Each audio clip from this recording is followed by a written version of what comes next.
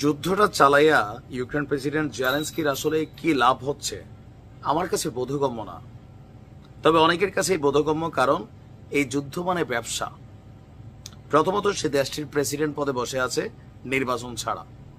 দ্বিতীয়ত, তার বিরুদ্ধে আন্তর্জাতিক গণমাধ্যমের বেশ কয়েকটি আপনার আন্তর্জাতিক যারা তদন্তকারী সংস্থা বলছিল যে প্রায় 400 মিলিয়ন ইউএস ডলার তিনি কামিয়েছেন।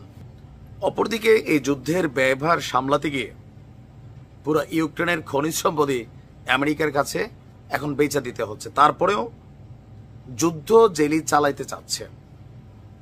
আমেরিকার সিদ্ধান্তের বাহিরে গিয়া ইউরোপের সাথে হাত মিলিয়ে যুক্তরাজ্যের সহযোগিতা নিয়ে এখন যুদ্ধ করছে। ট্রাম্প যখন এই 30 দিনের একটা যুদ্ধবিরতির আলোচনা দিছিল, এর মাঝখানে আমি নিউজটা দিছিলাম যে মস্কোতে ইতিহাসের সেরা হামলা চালাইয়া বসছিল আপনার জেলির সেনারা। ইউরোপীয় থেকে কিছু অস্ত্র পাইছিল। এইটার প্রেক্ষাপটে আজকে কি ঘটছে দেখেন। রাশিয়ার কুরস্কে ইউক্রেনীয় সেনাদের কয়েক হাজার সেনা, কেউ কেউ বলেন 15 থেকে 20,000 সেনা অবস্থান করছিল। রাশিয়ার ভেতরের দিকে প্রবেশের চেষ্টাটা ছিল, বাট বাইডেন সরকারের পতনের পর কিছু কিছু এরিয়া রাশিয়া নিজেদের দখলে নিয়েছিল। তারপরেও কুরস্কে বেশ একটা শক্তিশালী ঘাঁটি তারা রাখছিল। কিন্তু এই হামলার পর টোটাল এই কুরস্ককে, মানে যেখানে ইউক্রেনের সেনাদের বিশাল ছাউনি ঘাঁটিমারি আছে, টোটাল এই এরিয়াটারে ঘিরা ফেলছে রাশা। হাজার হাজার সেনা এখন আত্মসমর্পণ করেছে। যুদ্ধের পরিস্থিতি জেলির হাত থেকে সরে গেছে, জেলি বসতেছে না।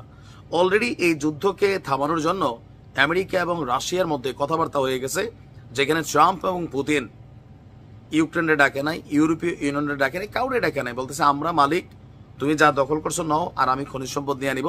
জেলির এখানে বলার কি, বরঞ্চ তাকে সরাই দিয়া অন্য একজনকে প্রেসিডেন্ট বানানোর পরিকল্পনা।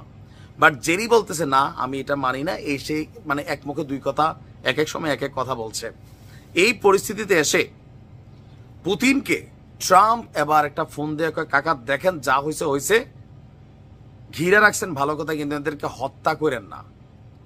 ট্রাম্প বলছে যে এই মুহূর্তে কুরস্কে প্রবেশ করা ইউক্রেনীয় সেনাদের রাশিয়ার সেনারা ঘিরে রেখেছে, তবে পুতিন যেন তাদের হত্যা না করে সেজন্য আমি অনুরোধ করেছি। আপনার সামাজিক মাধ্যমে ট্রাম্প লিখেছেন, রাশিয়ার প্রেসিডেন্টের সাথে গতকালকে কথা হয়েছে, ভালো আলোচনা হয়েছে। এই ভয়ানক রক্তক্ষয়ী যুদ্ধ শেষ পর্যন্ত থামবে। আর এই মুহূর্তে রুশ সেনাদের দ্বারা হাজার হাজার ইউক্রেনীয় সেনা পুরোপুরি অবরুদ্ধ, খুব খারাপ অরক্ষিত অবস্থায় আছে। আমি পুতিনকে বলছি যেন তাদেরকে ছাড় দেওয়া হয়, আর যদি মাইরা ফেলে এটা হবে ইতিহাসের ভয়ঙ্কর গণহত্যা, যা দ্বিতীয় বিশ্বযুদ্ধের পর দেখা যায়নি। সৃষ্টিকর্তা সবার মঙ্গল করুক। বুঝতে পারছি। এখন জেলি কিভাবে এটা শেষ করবে জেলি ভালো জানে। অলরেডি জেলি বলছে সেও যুদ্ধবিরতিতে রাজি। পুতিন বলতেছে আমি ভাইবা দেখি কিছু শর্ত টর্ত আছে। এখন কাকুর কি শর্ত যেটা জানি না, তবে যেটাই হোক যুদ্ধ কিন্তু এখন রাশিয়ার পক্ষে। আমেরিকার বিপক্ষে গিয়ে জেলি যুদ্ধ করবে এটা ভাবা বোকামি। আর ইউরোপীয় ইউনিয়নের সহযোগিতা নানান দিকে বিপদে ডাইকে আনবে আমেরিকার কাছ থেকে, কারণ ট্যাক্সের যুদ্ধ, এক দেশ আরেক দেশের সাথে কিন্তু খেলতেছে। আর এটাতে এরাই ধ্বংস হবে, অন্য কেউ না। আর টোটাল ফায়দাটা নিচ্ছে পুতিন। পুতিন কাকু জয় হোক।